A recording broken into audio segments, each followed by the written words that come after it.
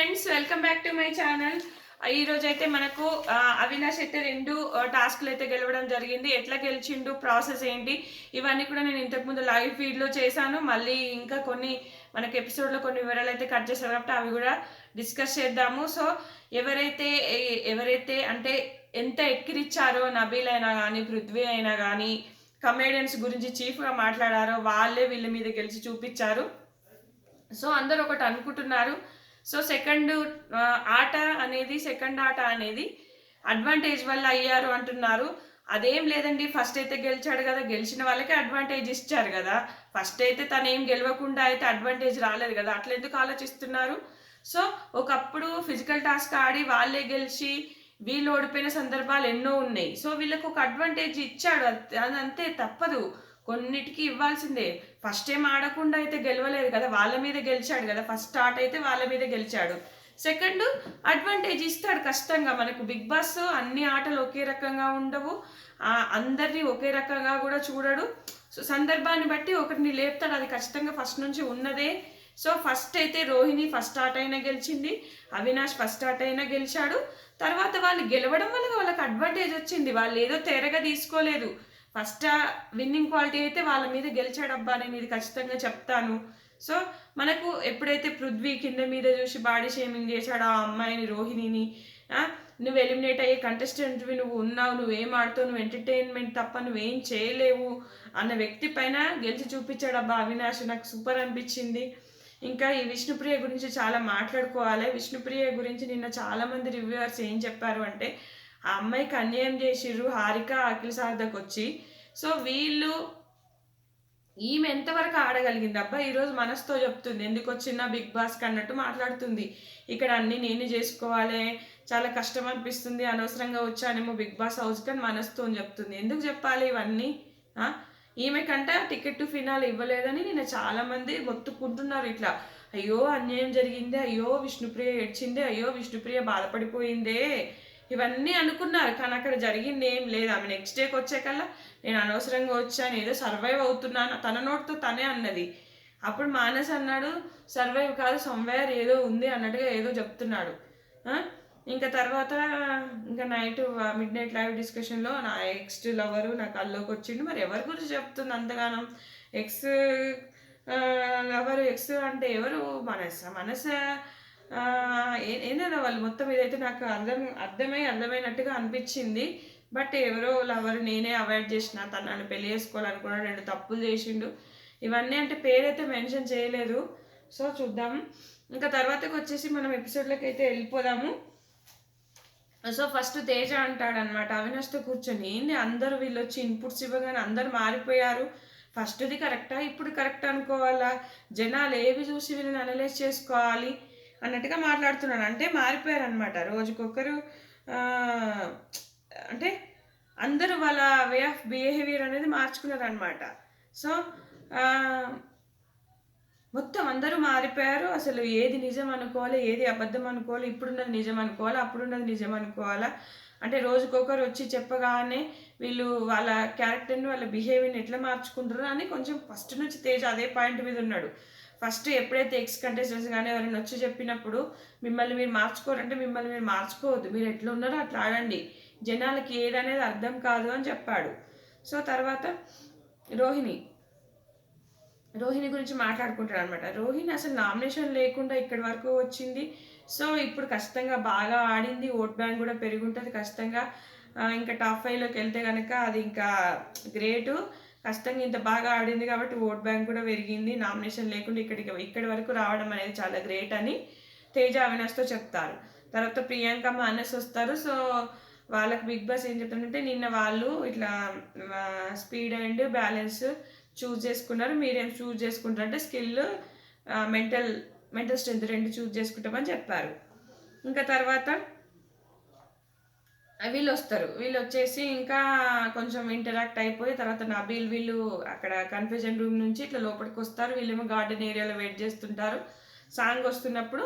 So రాగానే ఇంకా వీళ్ళందరితో బాగానే కలిసిపోయి అందరికి అవకాశాలు ఇవ్వాలని చెప్పేసి ఇంప్రెస్ అనకుండా, సో మేము ఒక టెస్ట్ పెడతాము, హ్యాండ్స్, షోల్డర్, నీస్, బాటిల్ అని పెడతాము.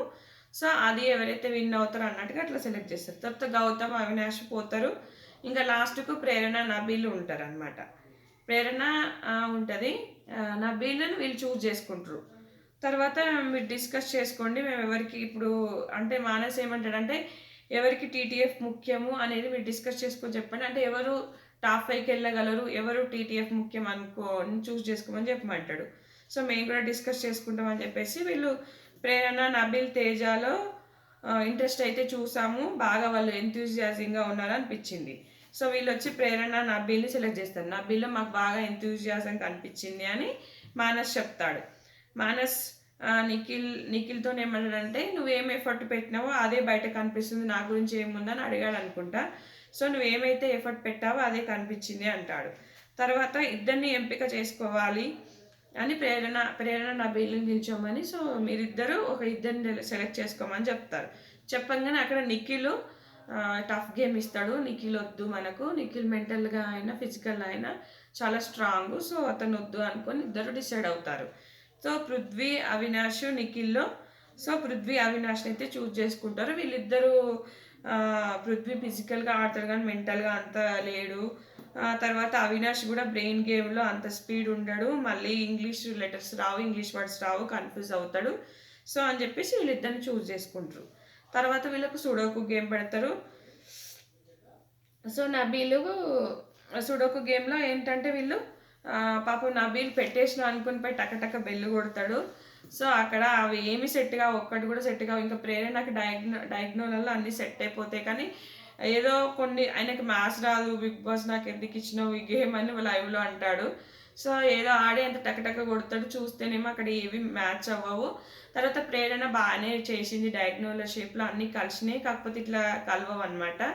సో తను కొట్టదు, అప్పటికి మానస్ని అడుగుతుంది. సో వాళ్ళు బిగ్ బాస్ అడిగితే కూడా రెస్పాండ్ అవ్వడు. సో కొంచెం సేపు అయినాక ఒక క్లూ ఇస్తాడు, 5 లీటర్ మధ్యలో పెట్టండి అంటే అవినాష్ వెళ్ళి కొట్టేస్తాడు. సో అవినాష్ తర్వాత ప్రేరణ కొడతాడు, తర్వాత పృథ్వీ కొడతాడు, తర్వాత నబీల్ కొడతాడు. సో ఇట్లా అయిపోతుంది అనమాట.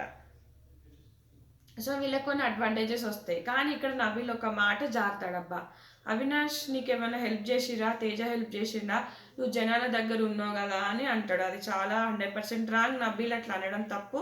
తర్వాత రియలైజెస్ సారీ చెప్పినా ఎంత చెప్పినా కూడా నీకు అంత సీన్ లేదు, నువ్వెట్లా గెలుస్తావు, నువ్వేదో హెల్ప్ చేస్తేనే గెలిచినట్టు ఎన్నో రకాల మీనింగ్స్ అనేటివి అక్కడ వస్తాయి. అది వాళ్ళు అవినాష్ కూడా చాలా ఫీల్ అయ్యాడు. తర్వాత నబీల్తో మాట్లాడాడు, నువ్వు చిన్న చిన్న వాటికి టెన్షన్ అవుతున్నావు, సో మేము వచ్చినప్పట్లాగా నీ గేమ్ లేదు, అది లేదు అని చాలా వివరంగా చెప్తాడు. సో రోహిణి అవినాష్ తేజ వీళ్ళు ఫీల్ అవుతారు, అట్లెట్లా అంటాడు రా నబీల్, నాకు అర్థం కాదు అని రోహిణి అంటది. నాకు కూడా చాలా బాధ అనిపించింది. అవినాష్ కూడా ఫీల్ అవుతాడు. అవినాష్ కూడా అరే నాకు ఇది ఒక హఠాత్ పరిణామం, నేను ఎట్లా గెలిచానో నాకే తెలీదు, అది అదృష్టం, లక్ అంతే, వాళ్ళకి అట్లా కలిసి వస్తుంది. వీళ్ళు ఎంతైతే తిట్టారో వీళ్ళని అంత క్రేజ్ పెరుగుతుంది వాళ్ళకి, ఎంత చులకనగా చూసారో, ఎంత తొక్కి పెడుతున్నారో, ఎంత తొక్కితే అంత పైకి లేస్తారు అంటారు కదా, మరి బాల్ని ఎంత గట్టి కొడితే అంత పైకి లేస్తుందో వీళ్ళని అంత చులకనగా చూశారు. పృథ్వీ అయితే చాలా అసలు రూడ్ బిహేవియర్ పృథ్వీది. అండ్ నబీల్ కూడా ఈ మధ్య పిచ్చి పిచ్చి మాటలు మాట్లాడుతున్నారు రోహిణి పైన, వీళ్ళు ఆడతారా, మనం కంటెండర్స్ అయితే మస్తు మజా వస్తుంది, కానీ మీకు ఏంది ఒక ఫిజికల్ స్ట్రెంత్ తప్ప మీ దగ్గర ఏమీ లేదు. వీళ్ళు కమెడియన్స్, ఆటలు ఆడుతుర్రు, టాస్క్లు ఆడుతుర్రు, ఎట్ ద సేమ్ టైం మీతో పోటీ పడుతుర్రు, ఫిజికల్ స్ట్రెంత్లో కూడా మీతో పోటీ పడ్డారు, అంత తక్కువ ఏమి ఇయ్యలేదు, పోటీ ఇచ్చారు. బస్తాల టాస్క్లో కూడా అంత తక్కువేం కాదు, వాళ్ళకు ఉన్నంత స్ట్రెంత్ వాళ్ళు వాడుతూనే ఉన్నారు. సో ఇట్లా వాళ్ళైతే గెలిచారు.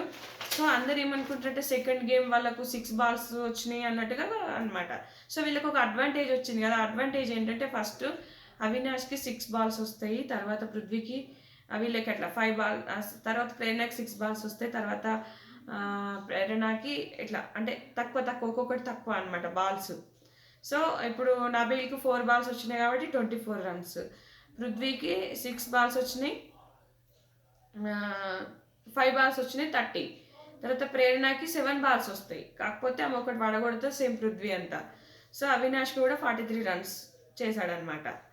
మొత్తానికి మళ్ళీ ఇది కూడా అవినాష్ ఇది కూడా ఆడే గెలిచిండు, కాకపోతే బాల్స్ వాళ్ళకి ఎక్కువ రాలేదు, ఇతను ఒక గేమ్ గెలిచాడు కాబట్టి ఇతనికి ఒక అడ్వాంటేజ్ అనమాట.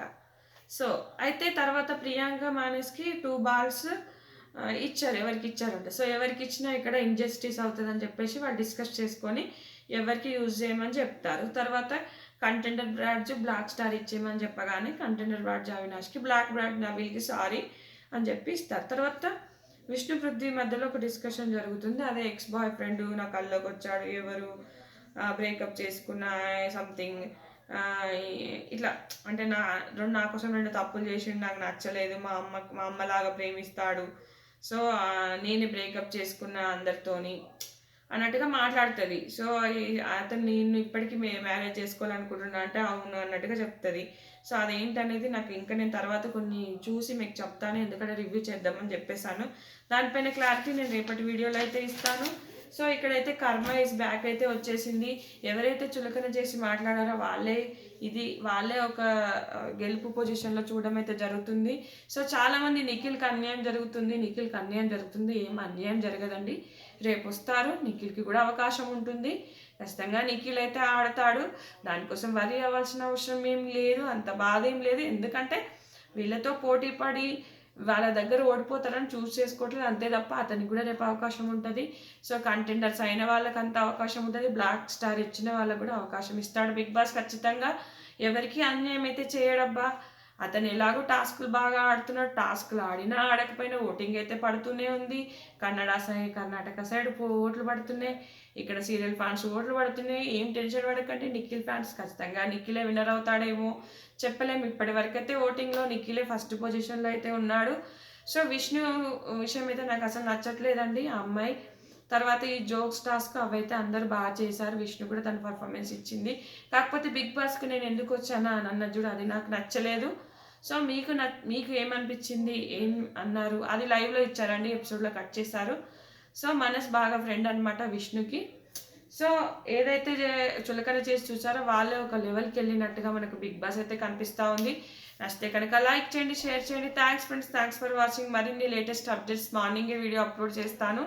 రేపు ఎవరు వస్తున్నారు అనేది, రేపైతే వితికా షేరు పునర్నవి వస్తున్నారంట. సో అది కూడా మీకు వీడియోస్ అయితే అప్లోడ్ చేస్తాను. Thanks friends, thanks for watching.